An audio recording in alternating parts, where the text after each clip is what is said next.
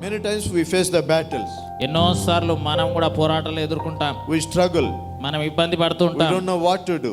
ఏం చేయాలో తోచనటువంటి That's స్థితిలో. why we need to seek God. అందుకే మనము దేవుణ్ణి వెదకాలి.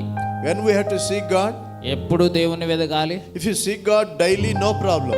అనుదినము దేవుణ్ణి వెతికితే ఏ సమస్య రాదు.